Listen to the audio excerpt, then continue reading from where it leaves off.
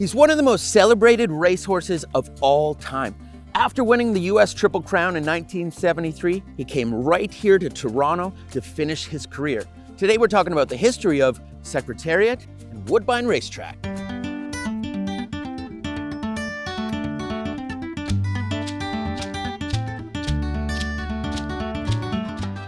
Still to this day, Secretariat holds the records at the Kentucky Derby, Preakness Stakes, and Belmont Stakes.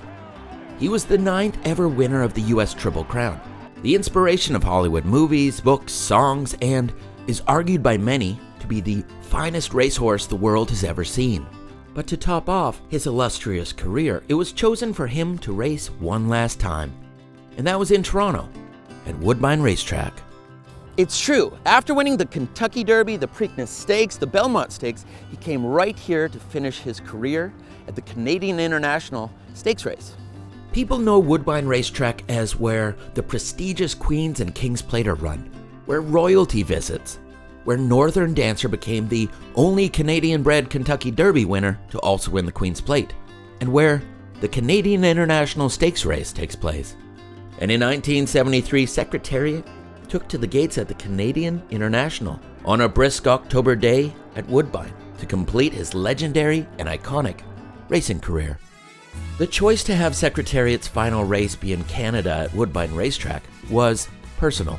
Big Red, as he was also known as, was rode by Canadian jockey Ron Turcotte. He was trained by Canadian Lucien Laurin, and his outgoing and wonderful owner Penny was close friends with Canadian horse racing legend E.P. Taylor.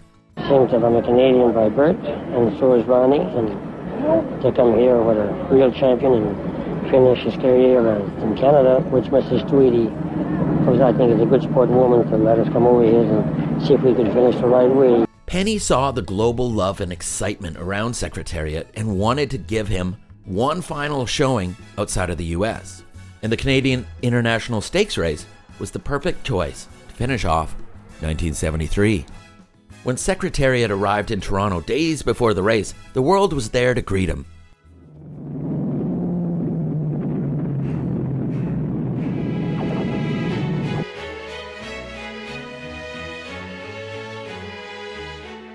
Just a super horse.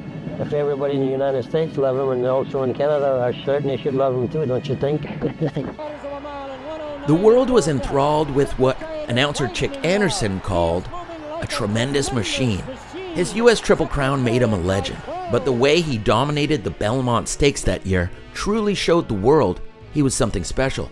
So despite the cold, wet, and foggy weather of race day in Toronto on October 28, 1973, over 35,000 people flocked from all over the world to Woodbine to finally see and send off the greatest racehorse of all time. But something would be different that day.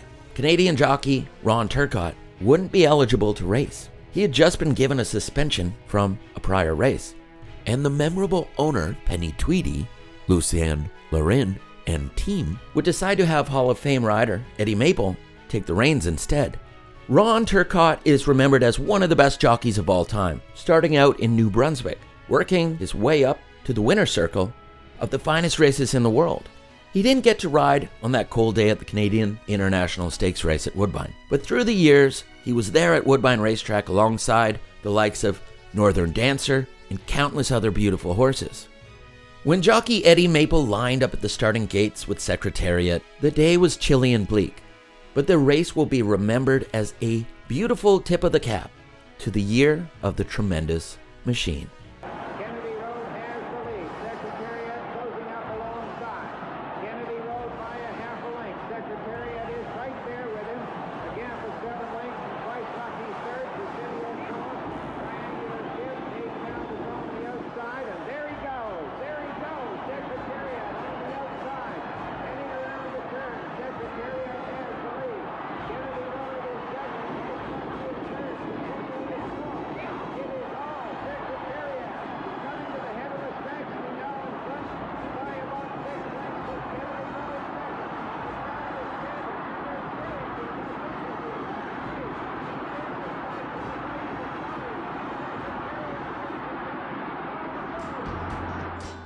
Secretariat's 1973 was not just about the victories and glory. It was about more.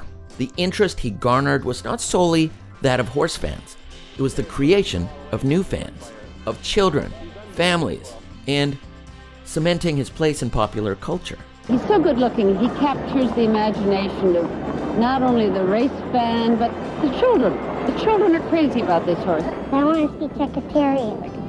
Race. I think Secretariat's a great race. I think he's so wonderful and so exciting, and he's brought families out to the racetrack, and our mail is full of love and enthusiasm, and I hope that all of this lasts and inures to the benefit of racing. We came all the way from New York to watch Secretariat run, and we hope he wins. I think it'll be a terrific. I wouldn't want to miss him for anything. I don't come that often. I just came today because I want to see Secretariat run. I come and see Secretariat race. I feel this is the last chance I might see Secretariat ever race, so I thought I'd come to see him. Oh, listen, we wouldn't have missed this for anything. If it was 4 feet of snow, we would have come.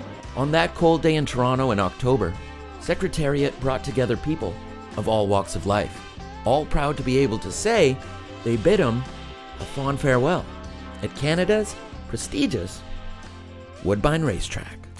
And that is the story of how Big Red, one of the most famous racehorses of all time, finished off his historic year in 1973 right here at Woodbine Racetrack.